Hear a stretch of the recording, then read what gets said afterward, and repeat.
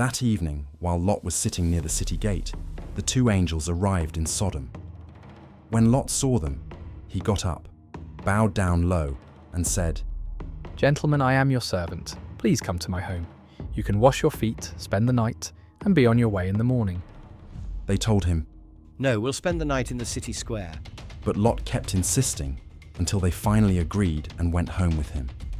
He quickly baked some bread, cooked a meal, and they ate.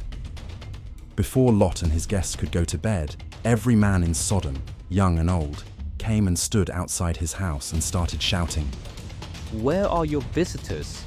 Send them out so we can have sex with them." Lot went outside and shut the door behind him. Then he said, "Friends, please don't do such a terrible thing.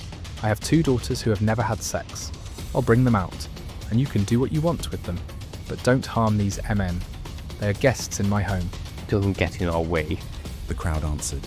You're a foreigner. What right do you have to order us around? We'll do worse things to you than we're going to do to them." The crowd kept arguing with Lot. Finally, they rushed toward the door to break it down. But the two angels in the house reached out and pulled Lot safely inside. Then they struck blind everyone in the crowd, and none of them could even find the door. The two angels said to Lot, "The Lord has heard many terrible things about the people of Sodom, and he has sent us here to destroy the city. Take your family and leave. Take every relative you have in the city, as well as the men your daughters are going to marry." Lot went to the men who were engaged to his daughters and said, "Hurry up and get out of here. The Lord is going to destroy this city." but they thought he was joking, and they laughed at him.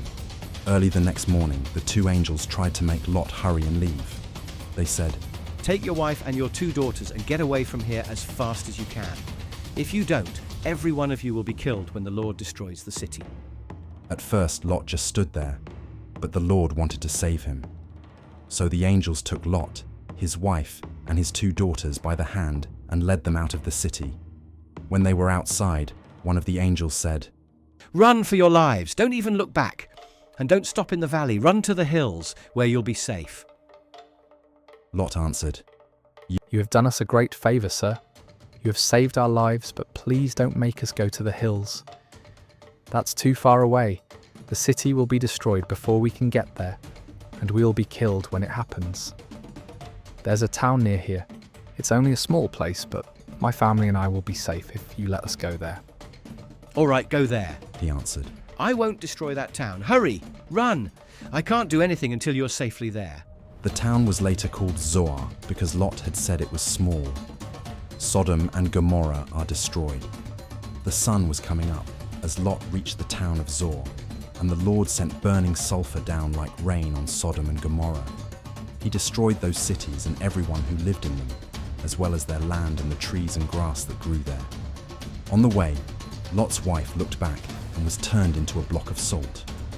That same morning, Abraham got up and went to the place where he had stood and spoken with the Lord. He looked down towards Sodom and Gomorrah and saw smoke rising from all over the land. It was like a flaming furnace. When God destroyed the cities of the valley where Lot lived, he remembered his promise to Abraham and saved Lot from the terrible destruction. Moab and Ammon Lot was afraid to stay on in Zoar, so he took his two daughters and moved to a cave in the hill country. One day his older daughter said to her sister, "I stepped aside with my father last night. We'll get him drunk again tonight, so you can step aside with him, and we can each have a child." That night they got their father drunk, and the older daughter got in bed with him, but he was too drunk even to know she was there. The next day the older daughter said to her sister, "I stepped aside with my father last night. We'll get him drunk again tonight, so you can step aside with him, and we can each have a child." That night they got their father drunk, and this time the younger sister slept with him. But once again he was too drunk even to know she was there. That's how Lot's two daughters had children. The older daughter named her son Moab, and he is the ancestor of the Moabites. The younger daughter named her son Benammi, and he is the ancestor of the Ammonites.